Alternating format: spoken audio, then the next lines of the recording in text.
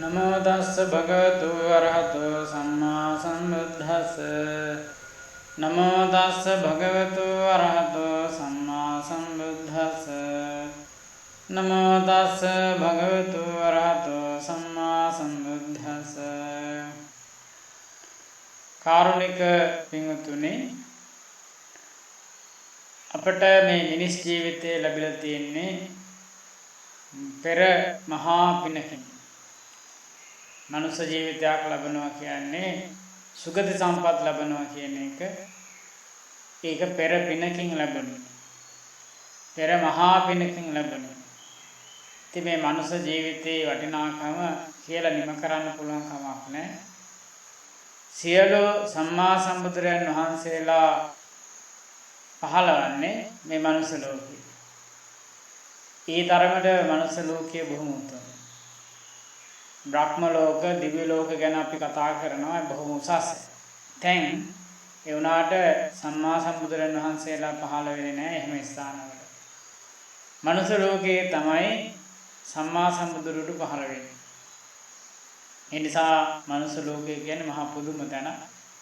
මහා පිනකින් අපිට ඒක ලැබිලා තියෙන්නේ. ඒ ලැබිච්ච ජීවිතය ඊටාම හොඳට ලස්සනට සාර්ථකව ගත කරන්න ලැබෙනවා නම් ඒක හරි වැදගත්. මේ මනුෂ්‍ය ජීවිතේ ගත කරන්න අපිට හොඳ ධර්ම මාර්ගයක් තිබෙන්න ඕනේ.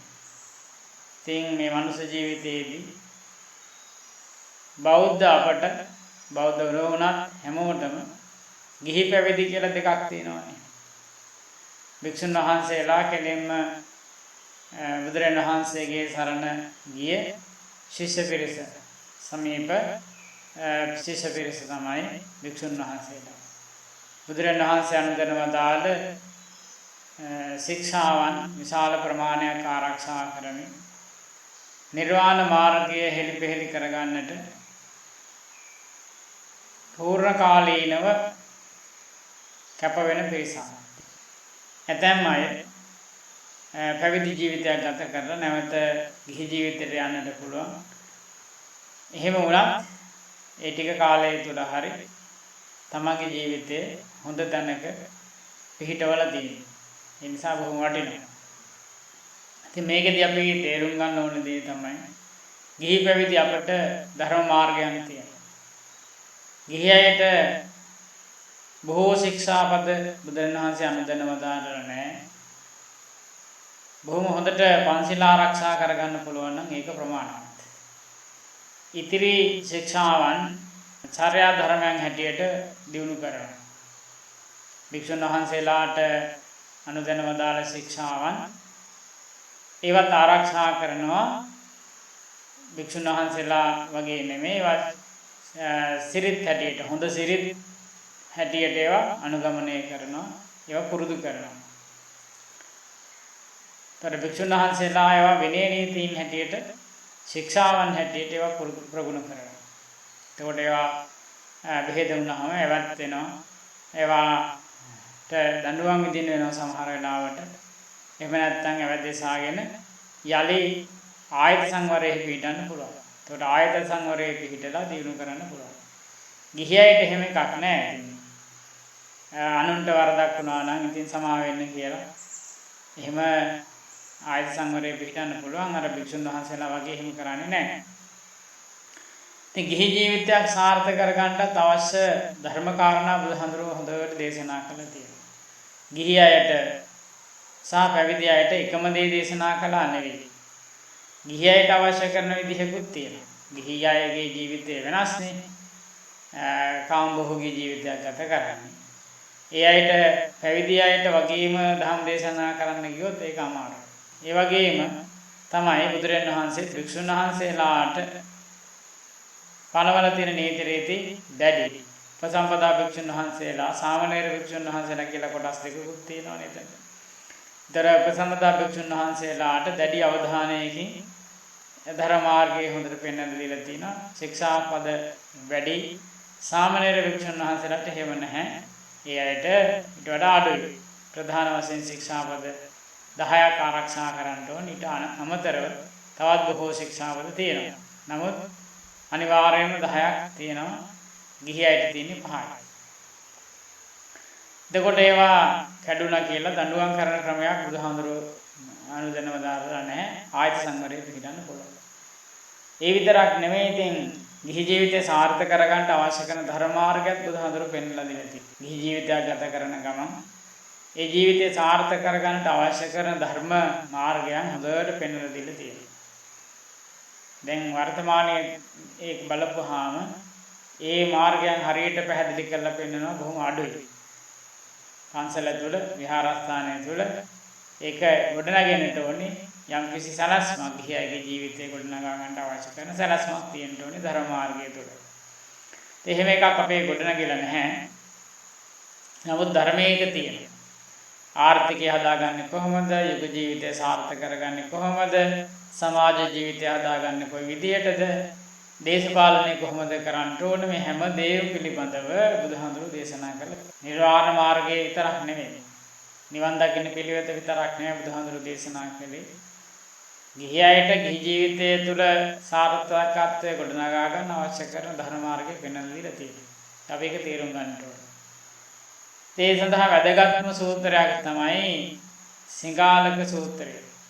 දීඝනිකායේ පාඨක වර්ගයේ ඉන 8 වෙනි සූත්‍රය තමයි සිංහාල සූත්‍රය. එතකොට මේ සිංහාල ඕවාද සූත්‍රය නමින් හඳුන්වනවා. මේක බොහෝම ශ්‍රේෂ්ඨ සූත්‍රයක්. ගිහි ජීවිතය හදාගන්නම තමයි තියෙන්නේ. මේක නිවන පිළිබඳව, නිර්වාණ මාර්ගය පිළිබඳව කිසිවක් කියන්නේ නැහැ. කෙලින්ම තියෙන්නේ ගිහි ජීවිතය සකස් කරගන්න හැටි. තමන්ගේ වගකීම් කොහොමද කරන්නේ? මේ කාලේ විශේෂයෙන් කතා කරන මානව හිමිකම්, මානව අයිතිවාසිකම් ගැන කතා කරනවා. අපේ බුදුරජාණන් වහන්සේ එහෙම දෙයක් නෙමෙයි. මේකෙදි පෙන්නලා දෙන්නේ මානව යුතුයකම්. මානව යුතුයකම් ටික හරියට සිද්ධ වෙනවා නම් මානව හිමිකම් ගැන, මානව අයිතිවාසිකම් ගැන කතා කරන දෙයක් නෑ. එහෙම අරගල කරන්න අවශ්‍ය නෑ. මානව යුතුයකම් ටික හරියට සිද්ධ වෙනවා නම් ඒක තමයි වැදගත්ම කාරණය.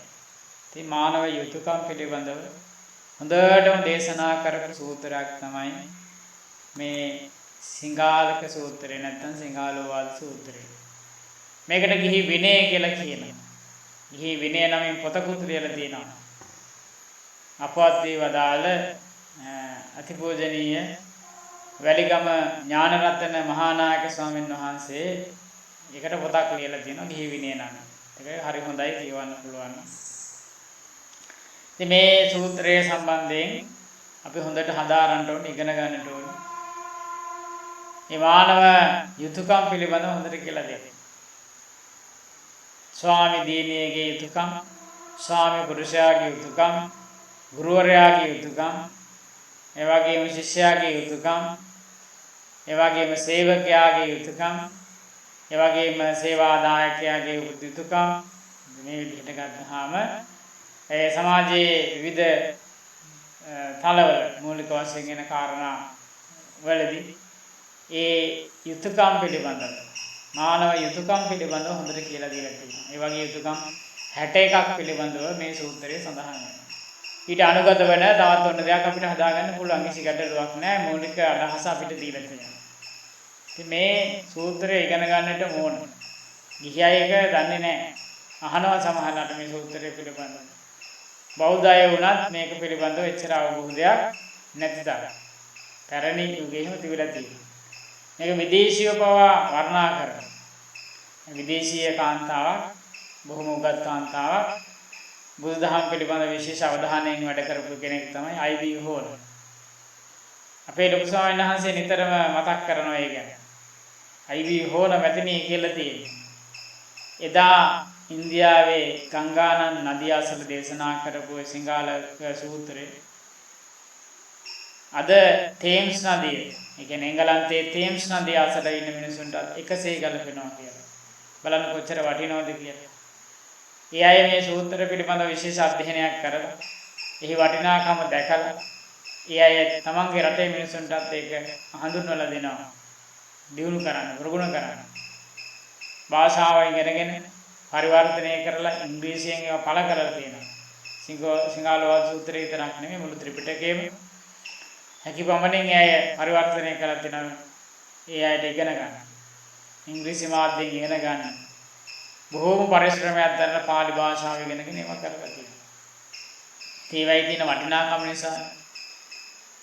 එතකොට ඒ අයගේ මූලික ධර්මයන් ගැන අවධානය යොමු කරන්නේ නැතුව ත්‍රිපිටකයට විශේෂ අවධානයක් යොමු කරලා Tamanට පුළුවන් උපරිමයෙන්ම ඒ දැනුම සමාජගත කරන්න. ඒ අයගේ සමාජයට ලබලා දෙන්න. ඒවා හොඳට ඉගෙනගෙන පරිවර්තනය කළ දීලා තියෙනවා. දැන් ඉතින් වර්තමානයේ බොහෝ පරිවර්තන තියෙනවා. ඒ නිසා විශාල පිරිසක් ඉගෙනගෙන තියෙනවා. ධර්මය හදාරනවා. ඒ වගේම තව තවත් පරිවර්තන සිද්ධ වෙනවා. තව තවත් ඒ ධර්මය ඉගෙන ගන්නවා. ලෝකයට විවෘත කර දීමක්, ධර්මයේ විවෘත කර දීමක් එයයි කරලා තියෙනවා මොඩින්. ඒක විශේෂ දෙයක්. ඉතින් මේ සිංහාලක සූත්‍රය අපි එහෙනම් අධ්‍යයනය කරන්න ඕනේ. හොඳට ඉගෙන ගන්න ඕනේ. ප්‍රගුණ කරන්න ඕනේ. ඒ තුළින් ජීවිතේ හදා ගන්න ඕනේ. සෞභාග්‍ය කරා ගොඩනගා ගන්න ඕනේ. ඒක තමයි මේකදී උගන්වන්නේ. ඉතින් මේ සිංහාලක සූත්‍රයේ පිළිබඳ විශේෂ අවධානයක් යොමු කරලා අපේ සමස්ත ජනතාව මේකට ආගම් බෙහෙදයක් නැහැ. ජාති ભેදයක් නැහැ. කුල ભેදයක් නැහැ. ධර්මයේ කියන එක බුදුදහමේ කියන එක හැමෝටම පොදු එකක්. මේක මේ බෞද්ධයාට විතරයි කියන හැඟීමක් කොහොමවත් නැහැ. බුදුහාමුදුරුවෝ ධර්ම දේශනා කරේ බෞද්ධයාට කියලා නෙමෙයි. හැදෙන්න කැමති මනුෂ්‍යත්වයේ ගොඩනගා ගන්න කැමති ඕනම කෙනෙකුට මේ ධර්මයේ වෘත්තයි. තමන්ගේ ආගමේ ඉඳලා හරි කමක් නැහැ. තමන්ගේ ධර්මයේ අනුගමනය කරගෙන ගමන් හරි කමක් නැහැ. මේක හොඳට පුහුණු කළොත් හොඳ ප්‍රතිඵල ගන්නට පුළුවන්. ඉහළ ප්‍රතිඵල ගන්න පුළුවන්. තමන්ගේ ගෘහ ජීවිතය සාර්ථක කරගන්න පුළුවන්. ඒ වගේම ව්‍යාපාර හොඳට දියුණු කරගන්න පුළුවන්. සමාජ ජීවිතය ගොඩනගා ගන්න පුළුවන්. ලෞකික ජීවිතය හොඳ වෙනවා. ඒ වගේම මතු ජීවිත සංසාර ගමනම යහපත් කරගන්න පුළුවන්. ඉච්චරකට වටිනවා මේ ධර්මය ඉගෙන ගන්න එක. ඉතින් මේ පසුබිම පිළිබඳව සූත්‍රයේම සඳහන් වෙනවා. අටුවාවත් විස්තර දෙනවා. අපි සූත්‍රය හොඳට ඉගෙන ගමු. මේ සූත්‍රය බුදුරජාණන් වහන්සේ දේශනා කරන්නේ රජගහනුවර කලන්දක නිවාපේ. කලන්දක නිවාපේ කියන්නේ මේ කලන්දක කියන්නේ ලේනට. එතකොට මේ ලේනයන්ට නැත්නම් ලේනුන්ට અભේදානයේ දීපු ස්ථානයක් තමයි කලන්දක නිවාපේ කියන්නේ. එතකොට මේ රජගහනුවර වේළුවනාරාමේ ලේනුන්ට અભේදානය දුන්න ස්ථානේ බුදුරජාණන් වහන්සේ වැඩ ඉන්න කාලෙදී සිංහාලක කියලා ගෘහපතිවරයෙක් හිටියා. ගෘහපති කිහි කෙනෙක්. එතකොට ගෘහපතියෙක් හිටියා සිංහාලක කියලා. මේ සිංහාලක ගෘහපතියා මේ තරුණ පුත්‍රයා උදේ පාන්දරින් නැගිටලා කාලස්සේ වොඩ්ඩාය කියලා කියන්නේ උදේ පාන්දරින්ම අවදි වෙලා රාජගහනික මිත්‍රා රජගහනුවරින් වඩා ගිහිල්ලා ගංගානම් නදියට බැහැලා නාන අල්ලවත්තෝ අල්ල කේසෝ කියලා කියන්නේ තෙත ඇඳුමේ හිමින්දිරි පාන්දරෙන් සීතල වතුරේ බැහැලා ගිලිලා නාලා තෙත ඇඳුම් පිටින් ඒ වගේම තෙත කෙස් පිටින් ඇඟිලි වැඳගෙන දිසා නමස්කාරයක් කරනවා. මොනවාද දිසා? පුරාත්තිමන් දිසා. පෙරදිග නමස්කාර කරනවා. දකුණු දිග නමස්කාර කරනවා. ඒ වගේම පශ්චිම දිසාව, බටහිර දිසාව නමස්කාර කරනවා. උතුරු දිසාව නමස්කාර කරනවා. ඒ වගේම යට සහ උඩ මේ කියන දිසා 6ට වඳිනවා. මොකද තමයි කරන්නේ. උදේ පාන්දරින් අවදි වෙලා සීතල වතුර නාලා තෙත ඇඳුම් පිටින් තෙත කෙස් පිටින් වතුර බේරි මොකද කරන්නේ? උදේ පාන්දරින්ම දිසා නමස්කාරය කරනවා. ඉතින් මේ වෙලාවේදී බුදුරජාණන් වහන්සේ පිණ්ඩපාතේ වඩිනවා. බුදුරජාණන් වහන්සේ මෙයාව දකිනවා. දැකලා මොකද කරන්න කියලා අහනවා. දැන් මේ අඳුරන දායක පවුලක දරුවෙක්. මේ දරුවාගේ තාත්තා හරි හොඳ කෙනෙක්. පියතුමා හරි හොඳ කෙනෙක්. පවුලම හොඳ අය. ඉතින් මේ උත්සාහ කළා දරුවව ධර්ම මාර්ගයට යොමු කරන්න ඉන්න කාලෙදී. දරුවා යොමු කරන්න උත්සාහ කළා. ඒ වුණාට බැරි වුණා. සමහර දරුවෝ ඉන්නවනේ ඉතින් එහෙම උත්සාහ කළාට බෑනේ කියන දේ අහන්නේ නැහැ තරුණ වයසේනේ. විශේෂයෙන් බෞද්ධ යුගයේ නෙවෙයිනේ කාලේ. ඒ නිසා ටිකක් අමාරුයි. ඉතින් කොහොම හරි උත්සාහ කළත් දරුවව බුදුරණවහන්සේ වෙතට ලං කරන්න ලේසි වුණේ නැහැ. ඒ ආයකට කම්මැලි වුණා. ඉතින් අවසානයේ හරි හොඳ මව්පියවරු කැමතිනේ මේ ජීවිතයේ අවසාන මොහොතේ හරි දරුවට යහපතක් වෙනවා දකින්න. දරුවා එහෙම නරක කෙනෙක් නෙවෙයි. හොඳ දරුවෙක්. නමුත් ඉතින් මේ තිරුවන් සරණ ගියේ නෑ බුදුහාමුදුරන් වහන්සේට සමීප කරන්න හොඳ ධර්මයේ උගන්වන්න හැකියාව ලැබුණේ නෑ. එයා ඒකට කැමති වුණේ නෑ. ඒකට ක්‍රමයක් මේ තාත්තව කල්පනා කරලා අවසාන මොහොතේ අවසන් වතාවට කරන අවවාදයේ මරණාසන්නයේදී කරන අවවාදයේ අපි දැනුත් කතා කරන්නේ අවසන් කැමැති පත්‍රය කියලා. අන්තිම මොහොතේදී දෙන පණිවිඩේ අවසන් මොහොතේදී දෙන පණිවිඩේ අතිශයින් බලවත්. ඒක ටිකක් තදින් ගන්නවා. ඒ කාලෙත් එහෙමයි අදත් ඒ විදිහට අපේ රටේ තියෙනවානේ. අන්තිමටම කියපු දේ ඒක ටිකක් ලොකුවට ගන්නවා. බුදුරජාණන්සේගෙත් අන්තිම බුද්ධ වචනය කියලා එකක් තියෙනවා. ඒකට විශේෂ ගෞරවයක් තියෙනවා. ඒ වගේ මේ පියතුමා මේ දරුවට කියපු අවසන් අවවාදයේ ටිකක් තදින් වැදුණා. ජීවිතුන් අතර ඉන්න කාලේ සමහර අවවාද අනුශාසනා පිළිගත්තේ නැහැ.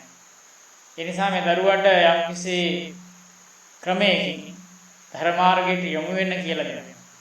වැදගත් ක්‍රමයකින්. තිරුවන් සරණ යන්න කියන්නේ නැහැ. ඒක විදිහකින් කියලා දෙනවා. වක්‍රාකාරයෙන් කියන දිසා නමස්කාරය කරන්න කියලා. ඉතින් දිසා නමස්කාරයේදී අදිෂ්ඨාන කළා මේක බුදුරණවහන්සේට හමු වෙලා හොඳ දෙය කියලා දෙයි කියලා. ඉතින් බුදුරණවහන්සේ මේ දරුවගෙන් අහනවා මේ දරුවගේ ක්‍රියාවලිය දැකලා කියන්නේ හිමිදිරි පාන්දරෙන් තෙත ඇඳුමින් තෙත කෙස් පිටින් මේ දිසා නමස්කාර කරනවා දැකලා බුදුරණවහන්සේ අහනවා මේ දරුවගේ මොකද කරන්න කියලා. ඉතින් දරුවා විස්තරේ කියනවා. ඊට පස්සේ කියන්නේ දරුවා මෙහෙම කියනවා පිතාමහං බහන්තේ කාලං කරවන්තෝ එවං අවශ්‍ය. ස්වාමීනි භාග්‍යවතුන් වහන්සේ මගේ පියතුමා මරණයේදී මෙන්න මේ මරණාසන්න වෙලාවේදී මෙන්න මෙහෙම එකක් කිව්වා. දිසා තාත නමසෙය. පුතා දිසාවන් නමස්කාර කරන්න කියලා කිව්වා. ඒකයි මම කරන්න කියලා කියනවා. දේ පියතුමාගේ වචනයට ගරු කරමින් සත්කාර කරමින් මේ පුදමින් බොහොම ගෞරවයෙන් මම මේ කියපු දේ කරනවා කියලා කියනවා. ඊට පස්සේ බුදුරණවහන්සේ මතක් කරනවා නකෝ ගහපති පුත් ආර්යස්ස විනේ එවං චද්දිසා නමස්සිතම්බාති කියලා බුදුහාඳුර පැහැදිලි කරනවා. මේ ආර්ය විනේහි මේ දිසා නමස්කාරය මේ නැත්නම් සය දිසා නමස්කාරය මෙහෙම නෙමෙයි කරන්න කියලා. ඉතින් මේවා කිව්වහම මේ තරුණයා මේක අහනවා මොකද්ද මේ ආර්ය විනේහි දිසා නමස්කාරය කියන්නේ. දැන් මේ බුදුරණවහන්සේ පිළිබඳව දන්න කෙනෙක් නේ අහලා තියෙනවනේ. මොකද පවුලේ අය බුදුන් සරණ ගිය අයනේ. අම්මයි තාත්තයි විශේෂයෙන්. ඒකට පියතුමා කියපු දේ නිසා මේ ආර්ය විනේහි මොකද්ද?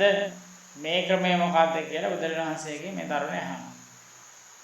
යථාගතං කන බන්තේ ආර්යස් විනේ සද්දිසා නමස්සිතම්පා. කොහොමද ස්වාමීනි ආර්ය විනේහි සායදිසා නමස්කාර කරන්න කියලා. එහෙම කියලා මට ඒ ධර්මයේ කියලා දෙන්න කියලා. බුදුරණවහන්සේක පැහැදිලි කරලා මට කියලා දෙන්න කියලා කියනවා. ඉල්ලීමක් කරනවා. දැන් මෙච්චර කාලයකට මේ විදිහේ ප්‍රශ්නයක් කරේ නැහැ. දැන් තාත්තගේ අවසාන අවවාදයත් එක්ක මේ දරුවට හිතෙනවා මේ තරුණයාට හිතෙනවා මේක අහගන්න බුදුරණවහන්සේගෙන්. ඊට කලින් එහෙම ඕන කමක් තිබුණේ නැහැ. අර අවසාන අවවාදේ ටිකක් බලවත්ව හිතට වැදුන එක ඒක ටිකක් පිළිගන්න උත්සාහවත් වෙනවා. දැන් සමහර දරුවෝ අදටත් ඉන්නවා අම්මා තාත්තා ඉන්න කාලේ කිසි වගකීමකින් වැඩ කළේ නැහැ. හැබැයි අම්මා තාත්තා නැති වුණා සියලු වගකීම් දරාගෙන හොඳ වීරයෙක් හැටියට වැඩ කරනවා. මේ මෑතකදී සිදුවෙච්ච ව්‍යසනකාරී තත්වයේදී එහෙම දරුවෝ බොහෝම ක්‍රියාත්මක වෙලා සියලු බර දරාගෙන වැඩ කරන බවට පොරොතුරු අපිට ලැබිලා තියෙනවා. එහෙම අය ඉන්නවා. ගෙදර ඉන්න කාලේ අම්මා තාත්තා ඉන්න කාලේ කිසි වගකීමක් දරුවේ නැහැ. කියන දේ ඇහුවේ නැහැ. හැබැයි දැන් ඒ වගකීම් දරාගෙන ඒ අයගේ අවවාද අනුශාසනා සිහියට නගාගෙන කටයුතු කරන අය ඉන්නවා. එම තමයි හොඳ දරුවෝ. වගේම හොඳ මව්පියවරු හරි දක්ෂයි කොහොම හරි තමන්ගේ දරුවෝ තමන් නැති දවසකදී හරි හොඳ මගට යොමු කරන්න යම් ක්‍රමවේදයක් හදලා තියෙනවා. මේ පියතුමත් එහෙම තමයි කරලා තියෙන්නේ. තමන් ඉන්න කාලේ තමන්ට බැරි වුණා දරුවව යහමඟට යොමු කරගන්න තමන් හිතුව ආකාරයට. ඒකට ක්‍රමයක් කල්පනා කරලා අවසාන මොහොතේදී අවසන් පණිවිඩය හැටියට දෙනවා. ඉතින් බුදුරජාණන් වහන්සේ මේ ධර්ම කාරණාව උගන්වන තේනයි ගහපති පුත්තු සුනායි සාදුකම් මානසිකරෝ විභාසිස්සාමි. දැන් මේ තරුණයාට ඕනිකම තියෙන වෙලාවෙදී බුදුරජාණන් වහන්සේ ඒක දේශනා කරනවා කියලා දෙනවා. උගන්වනවා. පුහුණු කරන අවස්ථාව හදලා දෙනවා. අන්න එහෙම තමයි මේ කරන්නේ. ඉතින් ඊට පස්සේ බුදුරජාණන් වහන්සේ ගෙන්නගෙන ඊට පස්සේ ඒ ධර්ම මාර්ගය කියලා දෙනවා. මුලින්ම ශික්ෂණය ලබන විදිහ ගැන කියලා දෙනවා. චත්තාරෝ කම්ම ක්ලේශා කියලා සතර කර්ම ක්ලේශ පිළිබඳව හඳුන්වා දීමක් කරනවා. ඒකින් පංචශීල වලින් මුල් ශික්ෂාපද ගැන හොඳ විස්තරයක් කරලා ඒ මුල් ශික්ෂාපද හොඳට ආරක්ෂා කරන්න කියලා දෙනවා. ප්‍රාණඝාතය, දත්තා දානය, බුරු කීම, එයාගේ පරදාර ගමනේ මේවෙන් වළකිලා වාසය කරන්න කියලා දෙනවා. ප්‍රාණඝාතයෙන් ඉවත් වෙලා වාසය කරන්නට ඕනේ. හොරකමෙන් ඉවත් වෙලා වාසය කරන්න ඕනේ. බුරු කීමෙන් ඉවත් වෙලා වාසය කරන්න ඕනේ. ඒ වගේම පරදාර සේවනයෙන් ඈත් වෙලා වාසය කරන්න ඕනේ කියලා එහෙම කියනවා. දැන් මේක ශික්ෂාපද ගත්තොත් එහෙම අනිත් පැත්තට තියෙන අපේ දැන් තුන්වෙනියට තියෙන ශික්ෂාපදනේ හතරට ගිහිල්ලා හතරේක තුනට ඇවිල්ලා එහෙමනේ තියෙන්නේ. අපි අය හිතනවා ඉතින් මේක පිළිවෙලට කිව්වේ නැත්නම් වැරදි කියලා. සමහරට මටත් කියලා තියෙන සමහර අය මේ ඒසානංශ පිළිවෙලට සිල් සමාදන් කරන්න දන්නේ නැහැ කියලා.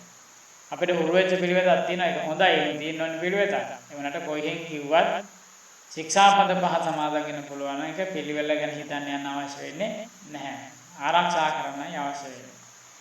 ඊළඟට පස්වෙනි ශික්ෂාපදයේ හැටියට එන්නේ රහමෙර පානය.